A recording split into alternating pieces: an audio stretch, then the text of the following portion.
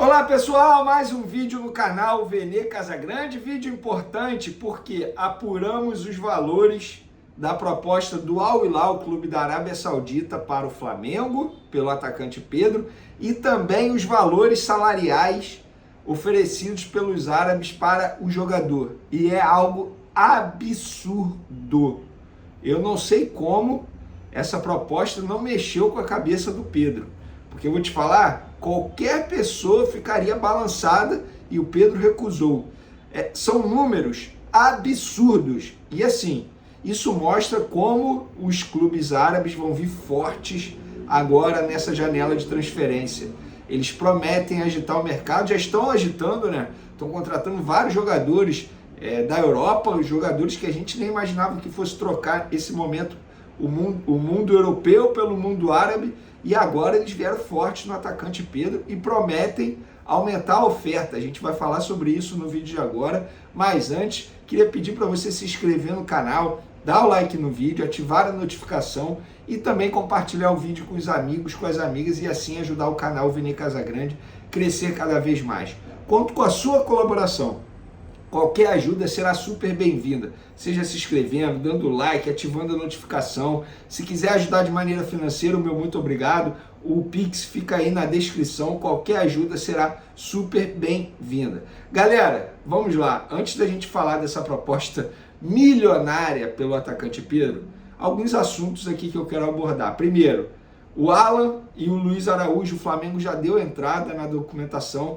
O nome deles devem ser publicados no Boletim Informativo Diário, o famoso BID, nessa terça-feira, e aí eles ficarão aptos a estrear com a camisa do Flamengo. Quando a gente diz apto a estrear, regularizados. Isso depende de uma análise aí do técnico Sampaoli, da sua comissão técnica. O Alan está sem atuar há muito tempo, desde março, está recuperado, precisa apenas fazer um trabalho de preparação física. O Luiz Araújo chegou muito bem. O Rossi, o Flamengo ainda está movimentando a documentação dele, porque envolve outras situações, o Boca Juniors enviar uma documentação, enfim. Mas o jogador, pelo que eu soube, já foi à Receita Federal dar entrada na documentação necessária para ele poder trabalhar aqui no Brasil. Mas em breve esses 3 jogadores ficarão regularizados. Outro assunto que eu quero abordar aqui, galera, é o seguinte. Ontem eu conversei com o Marcos Braz pelo telefone para entender a discussão que ele teve com o Gabigol. Foi logo após a coletiva, liguei para ele e falei, vem cá, olha só, quero entender o que houve de fato, qual foi o motivo da discussão.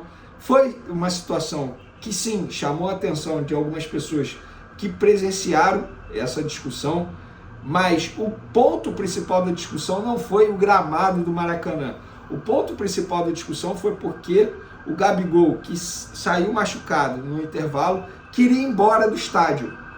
E como ele queria ir embora, o Márcio Tanuri, que é o chefe do departamento médico do Flamengo, orientou, olha só, o Gabigol ele pode ser sorteado para fazer o exame antidoping, então ele precisa esperar. Aí teve uma discussão danada e os dois de fato discutiram feio, xingamentos para lá, xingamentos para cá. Fato é o seguinte, isso não foi resolvido naquele dia, naquele momento, e nem tinha sido resolvido ontem, seria resolvido nesses próximos dias. O Gabigol, quando faz isso, erra, então aqui eu estou trazendo o outro lado, acho que o Marcos Braz teve uma postura correta, porque o Gabigol, querendo ou não, ele tem que seguir normas, chateado ou não pela contusão que ele sofreu no tornozelo, ele tem que seguir as normas. E se a norma diz que o jogador pode ser sorteado para o exame antidoping, ele tem que esperar. O Gabigol não pode achar que ele é dono do mundo, que ele é o dono da situação. Não pode, não pode. Então o Gabigol precisa respeitar as regras, e regras são regras. Então, no outro vídeo eu falei aqui que o Gabigol estava certo em relação ao gramado, e está certo em relação ao gramado, mas nessa situação, nesse motivo principal dessa discussão, ele não está certo, na minha opinião. Aí ele tem que seguir a norma. E eu acho que o Marcos Braz, ao fazer isso, mostra para os demais jogadores, olha, aqui tem hierarquia, não é qualquer jogador que pode chegar, nenhum jogador pode chegar aqui e desobedecer as regras, as orientações, beleza? Dito isso, vamos falar da proposta milionária que o Al Hilal fez.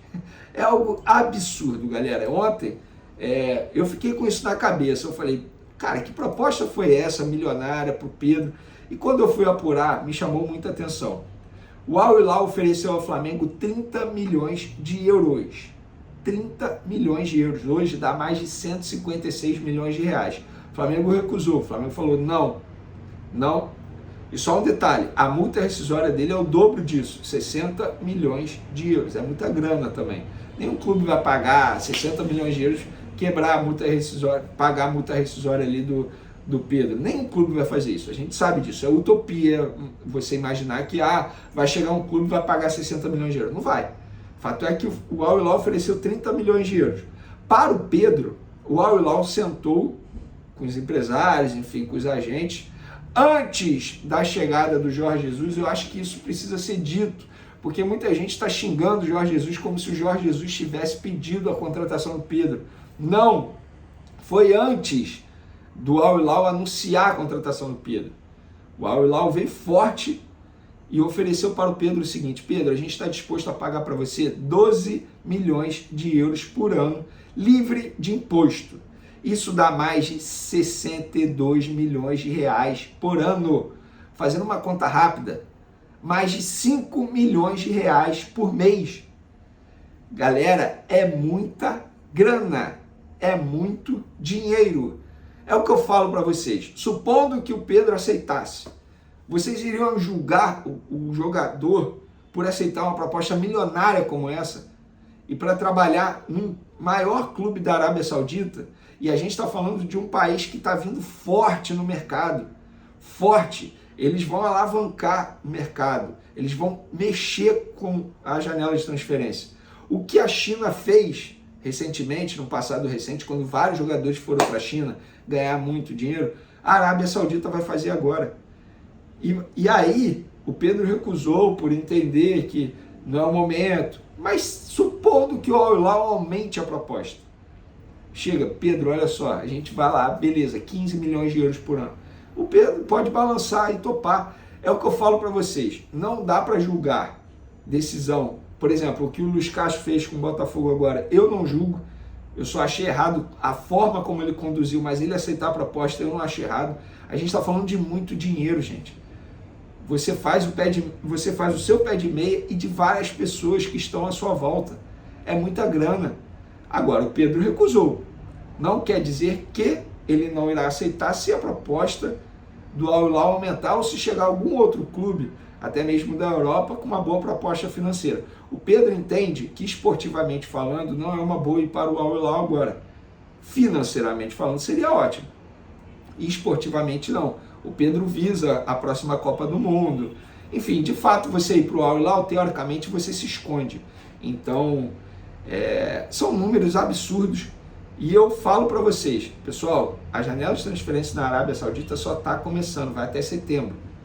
Então, a qualquer momento, mais propostas podem chegar por outros jogadores do Flamengo e também no futebol brasileiro. O próprio Botafogo, que está se destacando aí no Campeonato Brasileiro, Tiquinho Soares está jogando muita bola, eu não duvido nada chegar um clube árabe e oferecer muita grana. E repito, eu não julgo quando o jogador aceita uma proposta milionária como essa. Não julgo mesmo. Porque é muito fácil você julgar, mas quando o dinheiro chega, a proposta chega na sua mão, não tem jeito. Agora, sobre o Pedro, ele não recusou porque ele, beleza, eu amo o Flamengo. Não é isso, não é isso. É porque, esportivamente falando, ele entende que nesse momento não é uma boa ir para o Al Hilal. Galera, tem muita gente me perguntando aqui, sabe se o Alan está 100% para jogar? Pessoal, ele está desde março sem atuar, repito isso, 100% ele não está ainda, ele precisa fazer um trabalho de transição, preparação física, requer tempo, requer cuidado, e o departamento médico vai fazer isso. Outra coisa, Matheus França e Chelsea, o Chelsea a qualquer momento vai mandar uma proposta ao Flamengo para tentar a contratação do Matheus França. Eu tendo os números, obviamente, eu vou trazer tudo aqui para vocês. Mas antes eu publico lá no meu Twitter, @ViniCasagrande, e no meu Instagram, @ViniCasagrande. Então eu peço para vocês seguirem por lá também, porque lá vocês ficam informados primeiramente, antes, aqui no canal Vini Casagrande. Porque, óbvio, eu publico lá primeiro e depois eu faço o vídeo aqui. Então eu peço para vocês se inscreverem seguirem nas outras redes sociais também. Valeu, galera! Um beijo para vocês, um forte abraço e fui!